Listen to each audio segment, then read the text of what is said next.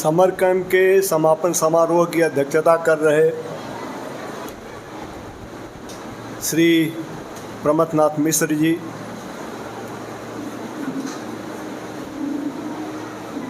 PG college Maharana Pratap PG college की प्राचार्य तथा एमपी कन्या इंटर कॉलेज की प्रधानाचार्य, शिक्षक एवं शिक्षिका बंधु एवं बहनों, विद्यार्थियों, ये कार्यक्रम अपने आप में इतना अद्भुत है, मेरे पास शब्द नहीं है। इतना सुंदर और इतना सिस्टमेटिक ढंग से प्रायोजित किया गया ये पूरा कार्यक्रम इतना बढ़िया है कि मेरे पास शब्द नहीं है। तो सबसे पहले मैं सारे पार्टिसिपेंट्स और उनकी तैयारी करने वाले लोगों को बधाई देता हूं और आप सबसे कहता हूं कि आप अपने लिए, अपने तैयारी करने वालों के लिए, अपने प्रधानाचार्य के लिए स्टैंडिंग ओवेशन, तालियां, खड़े होकर तालियां बजाइए।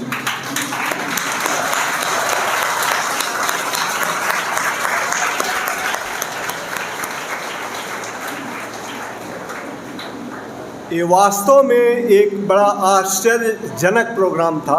मैंने बहुत से प्रोग्राम देखे हैं और कहा जाता है अगर प्रतियोगिता करना हो तो खुद से करो। तो हमारे मित्र श्री प्रमथनाथ जी और मैं, जो हर्षिता जी का शायद पहला वो प्रोग्राम था इस कॉलेज में, वो कार्यक्रम भी देखा था और वो कार्यक्रम भी बहुत अच्छा था।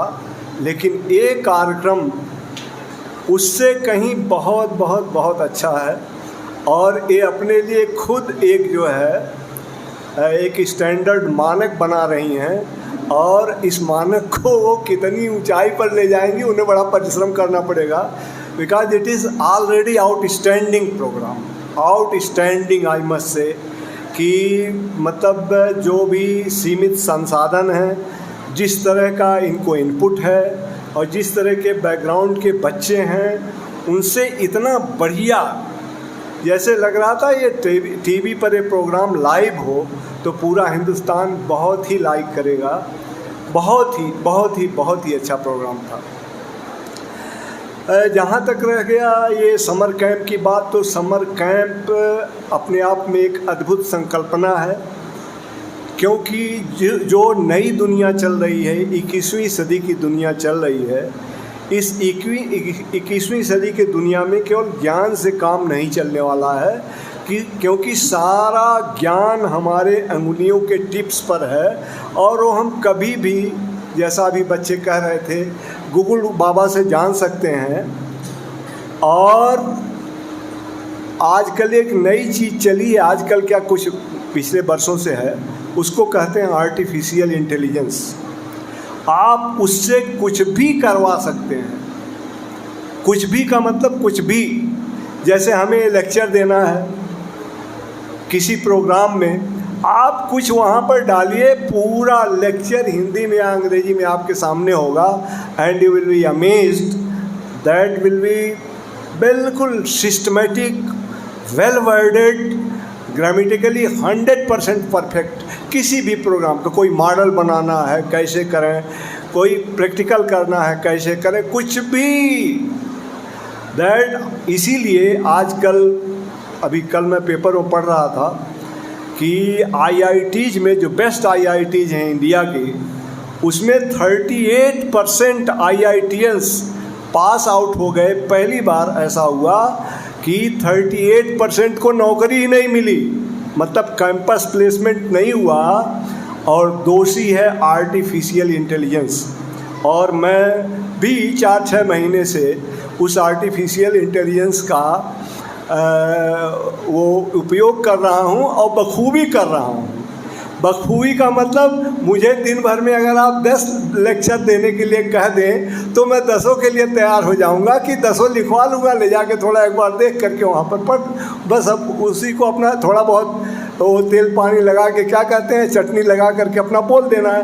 Everything you can get. तो आर्टिफिशियल इंटेलिजेंस की तरफ जाओ मेरे कहने का मतलब ये है कि ज्ञान से कुछ नहीं होने वाला है।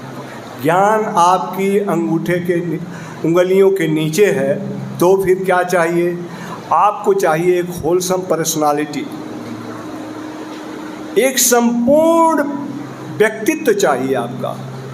और संपूर्ण व्यक्तित्व के लिए जब मैं देख रहा था तो मुझे भी अपने बचपन की तरफ गया, तो मैं सारे इस तरह के प्राइमरी स्कूल से ही सारे इस तरह के कार्यक्रमों में मैं खुल के हिस्सा लेता था। और शायद 10 कार्यक्रम अगर होते रहे होंगे हमारे विद्यालय के, तो मैं कम से कम 6-7 में तो रहता ही था।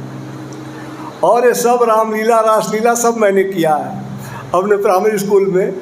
और when I go down the memory lane, जब मुझे याद आती हो चीज़ें तो इतना आनंददायक होता है, इतना अच्छा लगता है। और मुझे ऐसा लगता है कि उससे हमें क्या क्या मिला, जो ये सारी चीज़ें मैं करता था उससे मुझे कॉन्फिडेंस मिला कि इतने लोग सामने बैठे हों, उनके सामने मैं कुछ भी बोल सकता हूँ, कुछ भी कर सकता हूँ। और आप लोग तो सब नहीं किए, हमारे ज़माने में उस समय कि कुछ तमाम सारी चीज़ें होती थी जिनको कहा जाता था लोकल कार्यक्रमों में आता था उसमें नाचना गाना, कहरवा नाच, फलाना नाच, धमाका, तमाम जितनी जातियां होती थी हर जातियों के नाच होते थे, उनके गाने होते थे।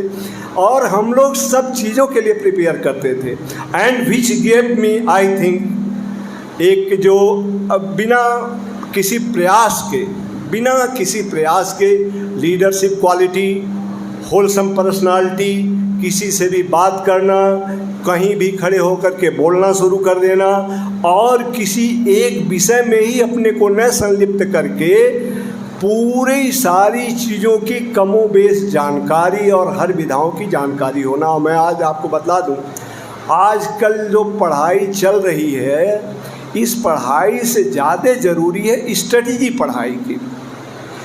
और जो भी IAS PCS में आजकल आते हैं या जो भी होते हैं, उनके पढ़ाई की एक स्ट्रेटजी होती है। नॉलेज आप ले सकते हैं, how to present your knowledge, how to apply your knowledge to solve the 21st century problems, because there are million problems. इतनी समस्याएं हैं कि जो पहले हमने सोचा भी नहीं था, क्योंकि जैसे जैसे विज्ञान आगे बढ़ता है हमारे हाथों में तमाम सारे गैजेट्स देता है और वो गैजेट्स में प्रॉब्लम सॉल्व भी करते हैं और प्रॉब्लम्स देते भी हैं।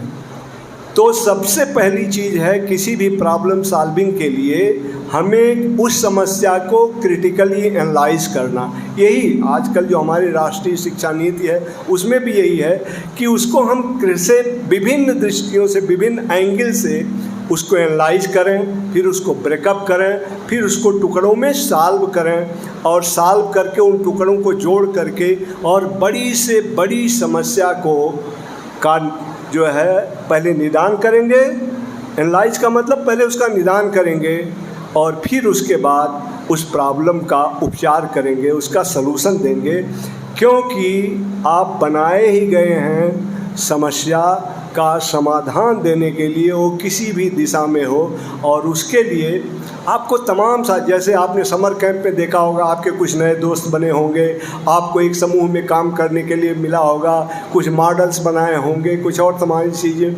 उससे एक तो प्रतिस्पर्धा की भावना डेवलप ही होती है, क्योंकि 21वीं शताब्दी जो है बहुत ही कॉम्पिटिटिव शताब्दी है, आबादी बहुत बढ़ गई है और हमें तरह तरह की नौकरियों के लिए, तरह तरह के व्यवसाय के लिए बहुत ही कंपटीशन करना पड़ता है। एक एक छोटी छोटी नौकरी के लिए, एक ही नौकरी के लिए लाखों जो है एप्लीकेंट्स होते हैं। We have to compete with them.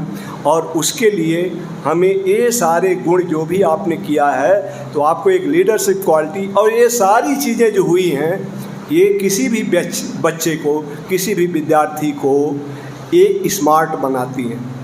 बिना कहे स्मार्ट बनाना मतलब वो निर्भय होता है, आत्मविश्वास से लबारेज होता है और उसके पास एक क्रिएटिविटी आती, क्रिएटिव आइडिया आती है। वो सोचता है कि हम क्या बनाएं जो कोई ने बनाया हो, कैसे बनाएं। ऑफकोर्स बनाने में सहयोग, क्योंकि सबसे बड़ी होती है ये मिश्रा जी भी कहते हैं हमारे यहाँ जो बैठे हुए हैं कि सर सबसे बड़ी समस्या होती है किसी चीज़ का खाका बनाना, उसमें रंग तो कोई भी भर देगा, तो और ये खाका ही बनाते हैं रात दिन बैठ करके, और इतना खाका बना डालते हैं कि अगल बगल की दुनिया परेशान हो जाती है। तो खाका बनाना बड़ा मुश्किल है, मतलब क्रिएटिव थिंकिंग जो है उससे नई चीज़ों को सामने ले आना, उसमें फिर आप सबको जब काम बांटेंगे, रंग कोई भी भर सकता है, रंग भरना बहुत आसान है, लेकिन खाका बनाना, इंफ्रास्ट्रक्चर उसका बनाना, आउटलाइन बनाना, दैट इज़ वेरी इंपॉर्टेंट। और ये जो चीज़ है ये आपको क्रिएटिव थिंकर बनाती है। ये छोटी छोटी, क्योंकि उम्र छोटी है और छोटी उम्र में ही यही सब क्रिएटिविटी है, कविता लिखना, छोटा मोटा 2-4 लाइन का एसे लिखना, और जितना भी काम क्राफ्ट वो करना, बनाना, मॉडल्स बनाना, और जो है ऐसा भोजन बनाना, कैसा भोजन बनाना जिसमें आयल्स न हो, जिसको कुक न किया गया हो, तो कितना हेल्दी होगा। लेकिन उसके साथ साथ ये भी जानना चाहिए कि कौन कौन चीज़ें हम कच्ची खा सकते हैं, वो सबका मेटाबॉलिज्म वैसा है क्या कच्ची चीज़ों को पचाने के लिए। हम गाय भैंस का देंगे अगर, या जानवरों का देंगे, तो उनका मेटाबॉलिज्म अलग तरह का होता है। तो और मनुष्य का पहले हो सकता है, हम भी basically we are also animals, तो पहले हमारा भी हो सकता है मेटाबॉलिज्म वैसा रहा हो, लेकिन अभी हम लोग इतने हज़ारों वर्षों से, न जाने कितने वर्षों से पका कर खाने से हमारा हाजमा इतना दुरुस्त नहीं है कि हम जो है सब चीज़ों को कच्चा उसमें नींबू और वो मिला करके खा लें। मतलब होलसम स्टडी होनी चाहिए उसकी, एक दिशा में नहीं, ये सब भी जानना चाहिए। बायोडाइवर्सिटी है क्या चीज़, बायोडाइवर्सिटी के लिए खतरनाक क्या चीज़ें, ये सब आपने इस पर ऐसे लिखा है आपने तमाम जगह से। तो इतना मिरियड आपका, इतना बहुआयामी चीज़ें आपने किया इस समर कैंप में, और वो केवल समर कैंप तक ही न सीमित रहें, ये मेरी गुजारिश है। उस चीज़ों को आगे बढ़ाइए, और अगली बार इससे भी बेहतर कीजिए। जहाँ पर आप हैं वहाँ से आगे बढ़िए, क्योंकि हर एक दिन अगर आप आगे नहीं बढ़ते हैं तो आप दुनिया के लिए, अपने परिवार के लिए, अपने समाज के लिए इररिलेवेंट हो जाते हैं। चाहे आप किसी भी दिशा में हैं, किसी भी विधा में काम कर रहे हैं, कुछ भी काम कर रहे हैं, every day we have to learn something new, whatever our age is, whether we are 10 years of age or 80 years of age, ये सबके ऊपर फार्मूला लागू होता है। जहाँ सुबह जागे थे जितना जानते थे उस विधा में, शाम को सोने के पहले कुछ उसमें और अधिक जान करके तब सोएंगे। इस तरह का आप एक प्रण लीजिए, अपने आप से वचन लीजिए इन शब्दों के साथ। और आप सब लोगों को इतने भव्य कार्यक्रम के लिए, इतना बढ़िया, मैं कह रहा हूँ मेरे पास शब्द नहीं है, I don't have words to describe, क्योंकि ये कुछ चीज़ें ऐसी होती हैं उसको आप वर्णन नहीं कर सकते। विशेष रूप से जो आपने देखा है, जो सुना है, कोई भी वॉइस या कोई भी संगीत रिप्रोड्यूस नहीं किया जा सकता है। जैसा हमने देखा है वैसा रिप्रोड्यूस आप शब्दों, उसके लिए शब्द बनेंगे नहीं, क्योंकि वो हमारे भावों को तरंगित करता है, हमारे मन को छूता है। And we have no words to describe the feeling what we get by watching such programmes and listening the music. तो इसलिए आप सभी लोगों को इतने बेहतरीन कार्यक्रम के लिए बधाई देते हुए, विशेष रूप से जिन लोगों ने छोटे छोटे बच्चों को तैयारियां करवाई, आई कैन अंडरस्टैंड कि उसके पीछे आपने कितना परिश्रम किया होगा। और सबसे बड़ी बात, यही परिश्रम आपको अपनी कक्षाओं में भी करना है। इन शब्दों के साथ आप सबको बधाई देते हुए मैं अपनी वाणी को विराम देता हूँ। Thank you so much.